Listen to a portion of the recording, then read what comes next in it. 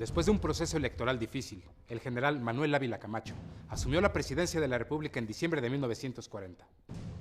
Hubo entonces un viaje radical en la política educativa y el término socialista empezó a referirse al socialismo que había forjado la Revolución Mexicana. Se eliminaron las escuelas mixtas y los planes escolares estaban encaminados a formar ciudadanos conscientes y nacionalistas que trabajaran para el desarrollo económico del país.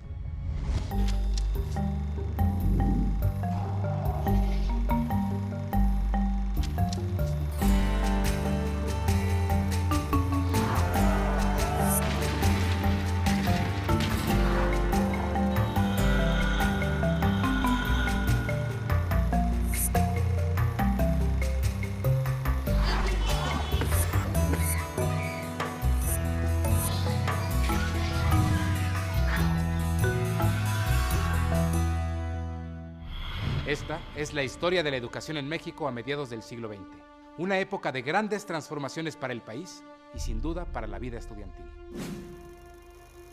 En los años 40 ocurrió algo de mucha trascendencia para la historia de México en general y para la historia de la educación mexicana en particular, por una situación meramente coyuntural originada por la Segunda Guerra Mundial.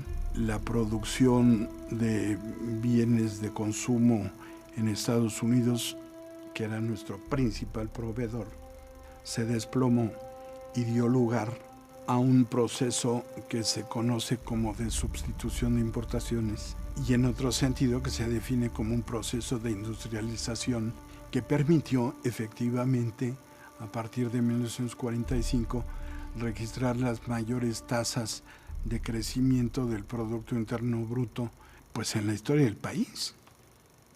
México pasó de ser predominantemente una sociedad agraria a ser predominantemente una sociedad urbana.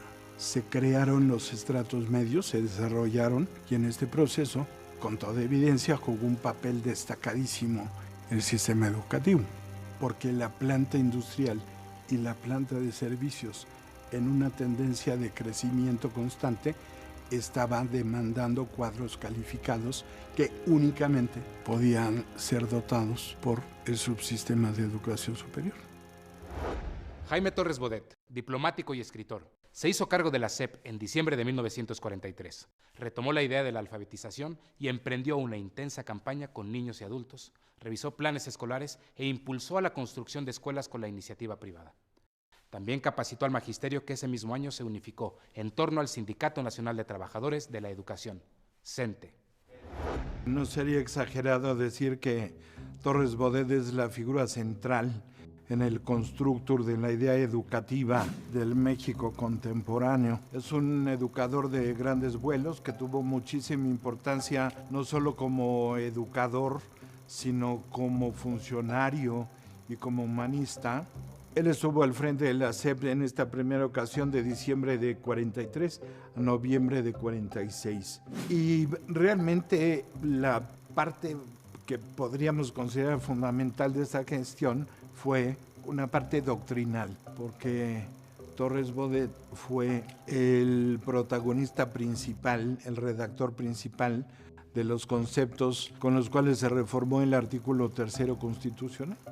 Se dejó atrás la idea de la educación socialista y es la visión de la educación pública que prevalece hasta la fecha. Una educación básicamente nacionalista. Torres Bodet era un joven intelectual, escritor del grupo Contemporáneos. Entonces él llega, digamos, a la Secretaría de Educación Pública y una de las cosas que hace a mí me parece que de la mayor importancia es una campaña por la alfabetización.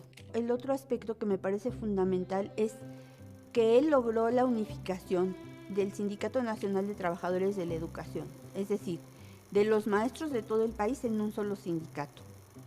Esto es muy interesante porque fue una labor política muy fina.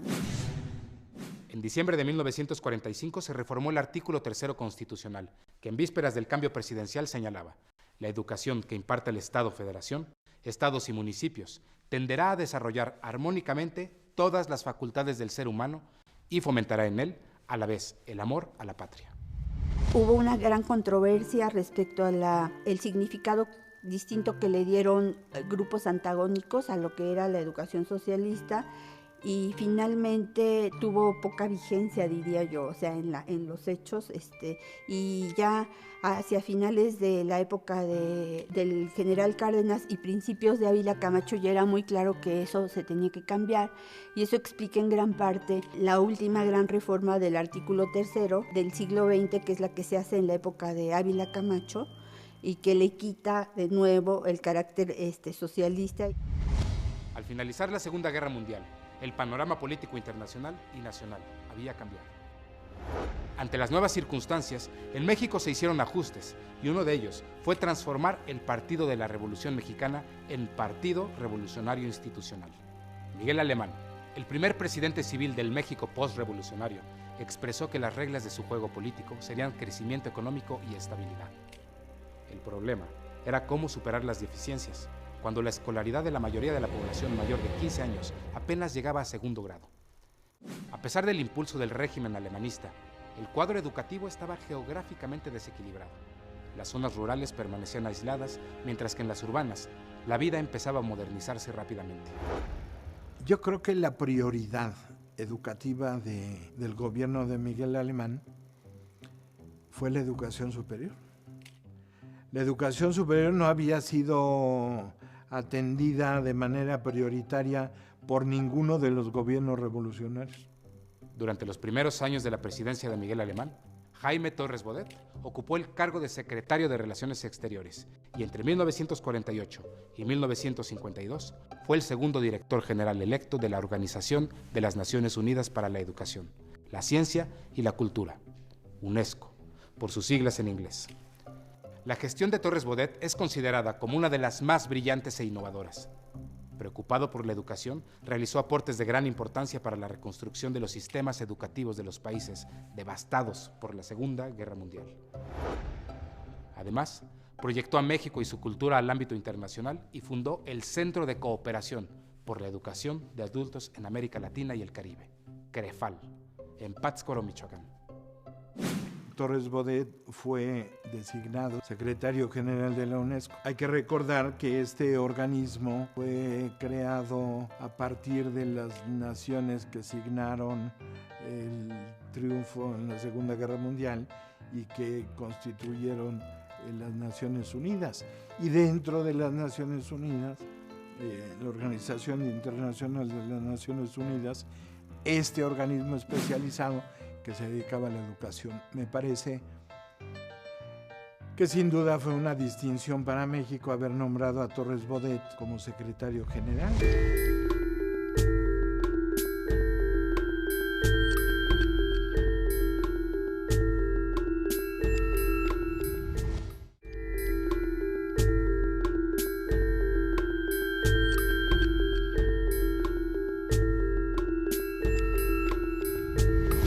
En diciembre de 1946, Miguel Alemán estableció una comisión para la creación del Instituto Nacional de Bellas Artes, cuyo objetivo, además de estimular la producción artística de México, sería impulsar la educación en los campos de las artes plásticas, la arquitectura, la danza, la música y la ópera, la literatura y el teatro.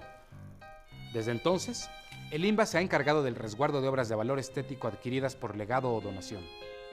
Entre 1954 y 1958, el director de Bellas Artes, Miguel Álvarez Acosta, impulsó proyectos educativos y le dio un giro radical a la promoción de la cultura en México, al fundar institutos regionales en todo el país. Desde su fundación en el siglo XVI, las escuelas y facultades de la universidad habían estado distribuidas en diversos edificios del centro histórico de la Ciudad de México, en el llamado Barrio Universitario, ubicado al noreste del Zócalo. Desde 1928 hubo un proyecto para construir una ciudad universitaria, pero fue hasta 1945, durante el gobierno de Ávila Camacho, que se aprobó una ley para llevarlo a cabo. Un concepto en donde quedarían integrados las diferentes facultades y escuelas en un campus, en donde además se incorporarían otras actividades que estaban consideradas como altamente convenientes y benéficas para la comunidad estudiantil, cómo era la práctica del deporte. Y entonces se convoca un proyecto arquitectónico de conjunto que quedó bajo la responsabilidad de dos arquitectos muy prestigiados en ese momento en México, que eran Pani y Del Moral, y ellos elaboraron un proyecto de conjunto. Y la idea fue hacer grupos disciplinarios con un enorme campus central que brindara solaz y facilitara la convivencia entre los alumnos, y además que fuera una ciudad fundamentalmente peatonal. Pani y Del Moral convocaron a una pléyade de arquitectos y de ingenieros, y el rector Luis Garrido puso la primer piedra de lo que sería la Facultad de Ciencias, si no estoy mal, en septiembre de 1950, y con eso se puso en marcha el proyecto de construcción para la educación superior más ambicioso en la historia del país.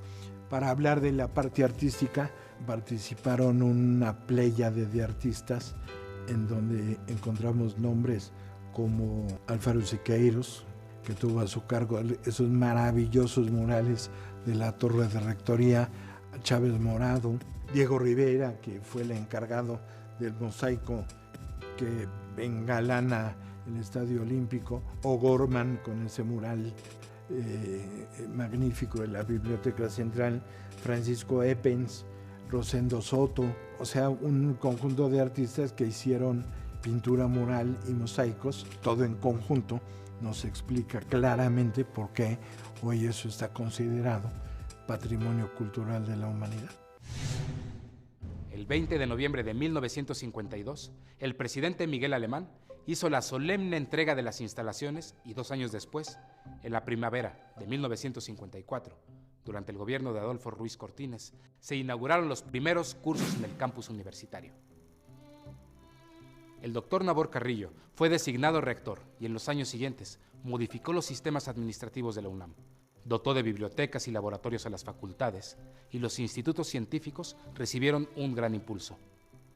Fue una obra diseñada para dar cabida a 25,000 estudiantes, y al año siguiente de su estreno, de su ocupación, que fue en 1954, las instalaciones estaban saturadas y empezó un proceso de ampliación que se detuvo hasta la época del doctor Soberón, porque tuvo un éxito tal la ciudad universitaria que estimuló una demanda de ingreso verdaderamente sin precedentes en México, y no solo de México, sino una cantidad de solicitudes de estudiantes del extranjero. Durante su administración, el presidente Adolfo Ruiz Cortines aumentó el presupuesto de la SEP, y el Sindicato Nacional de Trabajadores de la Educación, el CENTE, era la única representación del magisterio en el país. Sin embargo, a fines de 1956, los maestros de primaria, Otón Salazar y Encarnación Pérez Rivero, conocidos por sus tendencias comunistas, se desligaron de los líderes del sindicato y crearon el Movimiento Revolucionario del Magisterio, que desafiaba la política de salarios del gobierno. La razón de la movilización de los maestros del Distrito Federal, en la sección 9, que son los que agrupan los maestros de primaria y de preescolar, se da por varias razones. En primer lugar, había habido un deterioro del sueldo magisterial, y bueno, pues esto, como tú sabes, siempre crea descontento. Pero además de eso, digamos, los maestros habían escogido como su líder al maestro Otón Salazar, de una orientación netamente de izquierda. Y entonces el Sindicato Nacional de Trabajadores de la Educación, que para esto se había ido convirtiendo poco a poco en un sindicato, digamos, controlado por un pequeño grupo, no estaba de acuerdo con la orientación que estaban tomando los maestros del Distrito Federal. Es muy interesante, yo estudié con cuidado esto, y fue interesante porque además en 1958 el movimiento de maestros se combinó con el movimiento de ferrocarrileros, con el movimiento de electricistas, con telegrafistas, es decir, fueron grandes movilizaciones que, digamos, tuvieron su centro de gravitación en la Ciudad de México. Cada uno tenía sus propias demandas, pero digamos un punto de unión sobre todo con los ferrocarrileros, era el tema de la democracia sindical.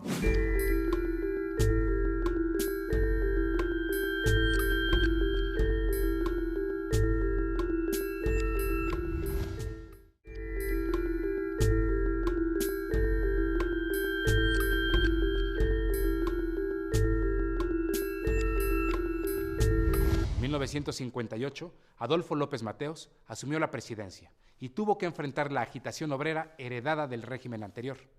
Sin embargo, en el discurso de toma de posesión habló de las grandes realizaciones en materia educativa que iban a caracterizar su gobierno. La vocación magisterial de López Mateos era innegable. Tenía experiencia en la docencia universitaria y había sido director del Instituto Científico y Literario de Toluca. Para atender el rezago educativo, Jaime Torres Bodet regresó al frente de la SEP y estableció el plan de 11 años. En este segundo periodo hay dos iniciativas de Torres Bodet que me parece que hay que destacar. Una, la creación del libro de texto gratuito, y la otra, el llamado plan de 11 años. En estas dos iniciativas se ve claramente esa vocación humanista que tenía este personaje central en la historia de la política mexicana del siglo XX, que pues era un humanista. Ahora la situación era mucho más difícil. Los presupuestos siempre habían sido insuficientes para atender los miles de problemas que afrontaba el sistema educativo, pero al mismo tiempo uno de los problemas mayores era el incremento de la población, una explosión demográfica impresionante. De tal manera que en tan solo 4 lustros, o sea, en 20 años, la población había ascendido de 20 millones a 35. Con ello, realmente, Torres Bodet encontraba un nivel de analfabetismo sumamente alto. Miles y miles y miles de niños sin escuelas, no tenían acceso a la enseñanza primaria, faltaban maestros, pero también al mismo tiempo muchos de ellos no tenían la preparación adecuada a las labores que desempeñaban. Igualmente faltaban escuelas, muchos compromisos ineludibles que no se podían olvidar. En febrero de 1959, y bajo la dirección del escritor Martín Luis Guzmán, se creó la Comisión Nacional de los Libros de Texto Gratuitos, cuyo objetivo era editar y distribuir millones de ejemplares en todas las escuelas primarias. Aunque en un principio se invitó a distintos artistas plásticos, la CONALITEG tomó la decisión de uniformar con una sola ilustración las cubiertas de los libros para la enseñanza básica. Se eligió la alegoría de la patria mexicana de Jorge González Camarena, que se utilizó hasta 1972. En los primeros 5 años de distribución del libro de texto gratuito se repartieron más de 100 millones de ejemplares, lo cual pues no deja de ser una proeza, porque el financiamiento, la organización, la redacción de los libros, pues sí, era una empresa muy complicada. Y Martín Luis Guzmán convocó a un grupo de personalidades intelectuales de primer orden que le dieron forma a la comisión y en consecuencia al proyecto. Entre estos podemos mencionar a José Gorostiza, a Agustín Yáñez, a un matemático de la UNAM de mucho prestigio y de mucha calidad académica, que era el doctor Alberto Barajas, Arnaiz Cifreg, a Gregorio López. Y bueno, echaron a andar este proyecto de libro de texto gratuito, el cual se enfrentó a muchas reticencias y a muchos obstáculos en el mundo intelectual, cultural y educativo de México. Era una empresa titánica. Cómo repartir todos los medios de comunicación se emplearon. Ferrocarril, avión, hasta la forma más elemental para llegar en burros a las comunidades tan alejadas, ¿no? Realmente la aceptación en general de la población fue extraordinaria. Llegaron a la Secretaría de Educación miles de cartas de agradecimiento. Para muchos de ellos eran los primeros libros de texto que tenían. Pero bien, antes de que aparecieran estos textos, que salieran ya a la luz y empezaran a circular, el gobierno, las autoridades, empezaron a preparar el camino, empezaron a dar noticia de lo que se estaba haciendo, pero esto, lógicamente, únicamente se enfocaba al aspecto de la gratuidad. El Estado iba a proporcionar todos estos textos, pero para ayudar especialmente a los más necesitados y pudieran seguir sus estudios. Una de las aristas que me parecen muy cuestionables del libro de texto, que es una uniformidad ideológica de carácter oficialista, ¿no? El libro de texto, en lo que tiene que ver con historia, con civismo y con ciencias sociales, está plagado de una serie de ideologías que evidentemente corresponden a los intereses de coherencia del poder establecido. Aunque el Estado estaba cumpliendo con el precepto constitucional de la gratuidad de la educación, estos libros de texto provocaron reacciones adversas entre libreros, editores, los grupos más conservadores de la sociedad, como la Unión Nacional de Padres de Familia. Era el control que ejercía sobre la educación. O sea, ellos no tenían libertad de expresar, de escoger cualquier texto. Tenían que estar forzosamente con los libros de texto que eran los editados por el Estado. Vienen con mayor fuerza los empresarios, vienen también la Iglesia Católica, viene también el Partido Acción Nacional, de tal manera que en un momento determinado el problema se vuelve cada vez mayor. Hay manifestaciones muy grandes aquí en la Ciudad de México, con la bandera, desde luego, de los conservadores, comunismo no, cristianismo sí, y luego también se va extendiendo a otros estados. En Monterrey el conflicto se complica aún más. López Mateos se ve obligado a reflexionar un poco y permitir que estos libros no sean obligatorios, sino que los maestros pueden tener un segundo texto para distribuir entre sus alumnos. O sea, el texto gratuito no es obligatorio. Pueden dar la oportunidad de otros textos, pero únicamente complementarios. En 1965, ya durante el sexenio de Gustavo Díaz Ordaz, el secretario de Educación, Agustín Yáñez, organizó una comisión que analizara los problemas educativos que había en el país y propusiera soluciones. La crisis social y política se reflejaba en la educación y había un ambiente de tensión en varios sectores. A pesar del corporativismo imperante, grupos de maestros, obreros y estudiantes, como en otros países, se organizaban para manifestar su rechazo al autoritarismo y a favor de los derechos civiles, la libertad y la democracia.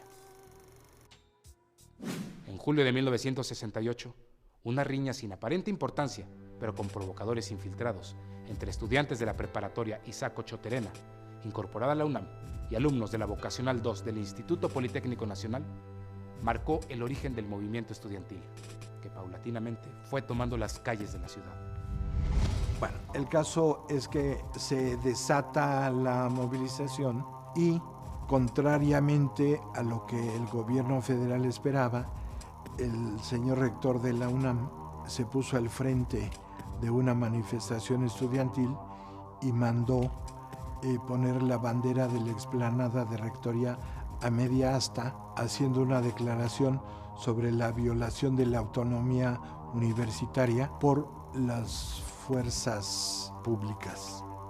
Entonces esto fue algo inusitado, me parece que es un evento único en la historia del aparato público en México. No quiero insinuar de ninguna manera que él haya sido opositor al gobierno federal, pero sí, y en esto creo que se puede ser enfático, que era un personaje de una probidad tal que fue coherente con su concepto de lealtad y con su concepto de deberes como rector de la universidad y como representante de la comunidad universitaria, y él hizo lo que estaba dentro de su conciencia hacer.